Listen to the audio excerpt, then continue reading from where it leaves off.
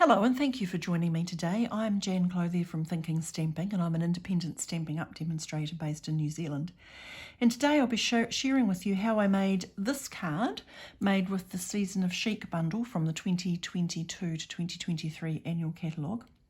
And I made this card as part of Bronwyn Eastley's 60th birthday bash. Now Bronwyn is a wonderful demonstrator from Australia, fabulous at all sorts of three-dimensional things which I wouldn't even begin to do, and her site Addictive Designs is full of wonderful ideas. Anyway, as part of her 60th birthday, she's invited a whole bunch of her stamping friends to join in with a monthly blog hop in the 6 months leading up to her birthday, and the theme for this one was Inky Blues. So this is what I've made, and I'm going to share with you how I did it. And before we do any of that, I'll start off with what you need if you're going to give this card a go. Okay, so I'll just pop the stamp set and the card over there. Now for the base, I've just cut a standard sized card base. So if you use imperial measurements, just use whatever you normally use.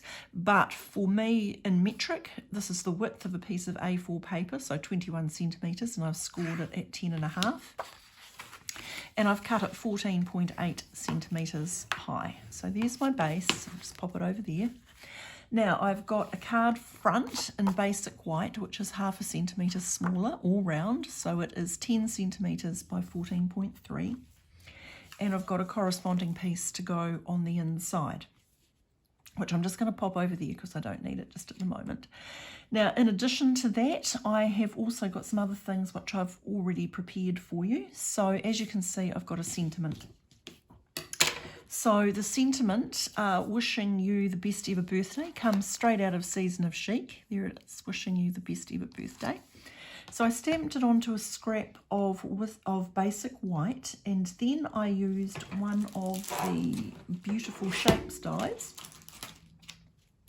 to cut it out as a hexagon, and I think I've used that second size there. Yep. Now I wanted to back that in some way, so what I did was I cut out exactly the same shape out of a scrap of balmy blue. And then what I'm going to do, because the hexagons are not, it matters which way up you put them, it's possible to offset them and get that kind of star effect. So that's what I'm going to do now, so that when we get up to adding the sentiment later, it's already done. So it unnerves me to do it upside down. Okay, righto. So I'm just gonna line that up a bit. Okay, and then just pop that over there. Right, the other things that you need are, I have used another little scrap of Starry Sky, and I have used the Chic dies, which bundle with Season of Chic, and I have used this little scallop shell to cut out a scallop shell. Not surprising. But the other thing I've done is I've used this die, which you can see has already seen a lot of use, even though I've only had this set in my hands for a couple of days. That beautiful die, texture die there, I have cut out a piece of Pacific Point foil. Now, the Pacific Point foil was part of the special pre-release package for the Waves of Inspiration. So if you didn't buy it when it was available for pre-release, it isn't available anymore. But you might have some. And if you don't, then use something else. And if you've got the silver specialty pack, there's a very blue looking silver in there. If you go back a couple of Christmases ago, we had a very lovely balmy blue glimmer paper. So just if you don't have this one, just look in your stash and see what you do have that's in shades of blue. Okay, so pop that away. Now the other thing that you need, and it's kind of like the secret weapon for this card, is just a plain old piece of photocopy paper. Now I have cut it a bit bigger than my card front, and the only reason I've done that is so that when I'm mucking around ink blending, I don't have to worry about getting anything on the actual card front. So the first thing you need to do is simply randomly rip your piece of photocopying paper along the long way, the landscape way, I suppose. Okay, so now I've got 2 bits of paper. Now, so that it doesn't move, I'm simply going to use some post-it notes to attach this to my work surface. And the only thing that I'm hoping to achieve here is that it doesn't move when I don't want it to. So it's like taping it down. Now, if I was doing this just at home by myself and not for the video, I would actually probably take the base plates off my Stamparatus and just use the magnets to do this. But it's a bit awkward to show you in that situation. So this is the old way that I used to do it, and it works perfectly well. So first of all, you play around with, how wide do you want the inky blended strip to be? So I'm just going to do that. And when you think you're happy with it, then all you have to do is get out our friends, the post-it notes again. And this time we're going to use them to hold the masks in place while we work. Now, the post-it notes alone will not hold it perfectly. You do have to use a little bit of common sense when you're doing the ink blending, but the post-it notes will get you, out of most trouble. Okay, and like most things, a few more the better, but up to you really. And if you've got some other fancy way that you use, then you do it. But as I said, I would, if I was just doing this at home alone, use my Stamparatus base plate and magnets to do the heavy work of keeping the masks in place. Okay, now for this card I used 3 blues. I used Balmy Blue, I used Pacific Point, and I used that beautiful new colour, Starry Sky. You could use whatever kind of blues you wanted, that you prefer. So I have already given my blending brush a clean onto this microfiber cloth, because I'm going to start with the lightest colour first. So I've tried to clean it up. So again, tapping. Whoops. And now I'm just going to hold with my fingers, and I'm just going to start circling off the page, and I'm going to come across and just using little circular motions, I'm going to start with the lightest blue.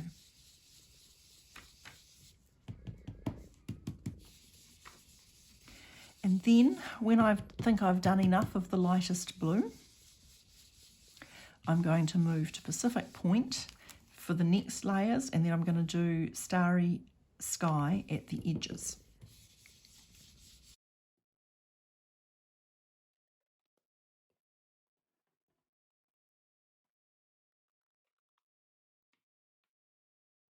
Okay, so when you're happy with the level of coverage of the various inks you've got and the way that they're blended, then you're up to the stamping bit. Now you need to do this before you take away the masks.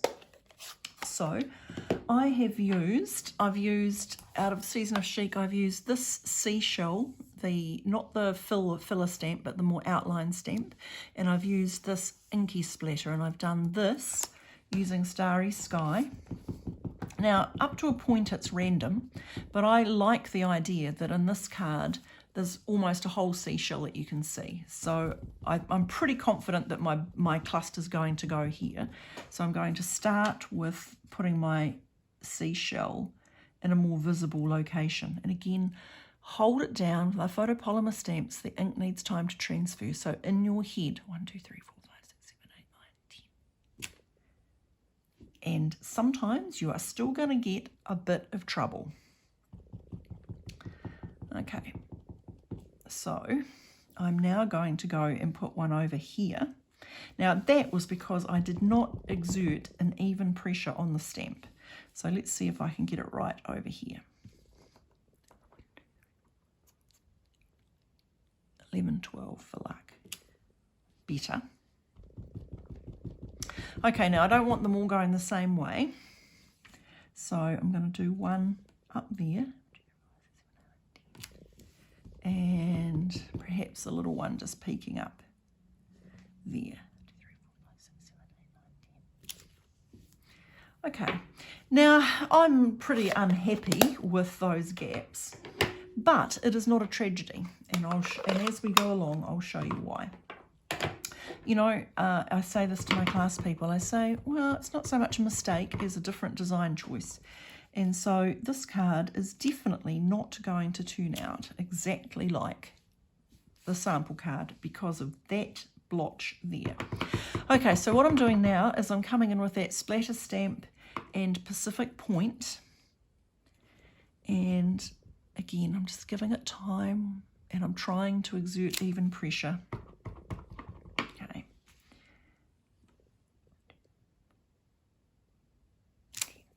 Okay.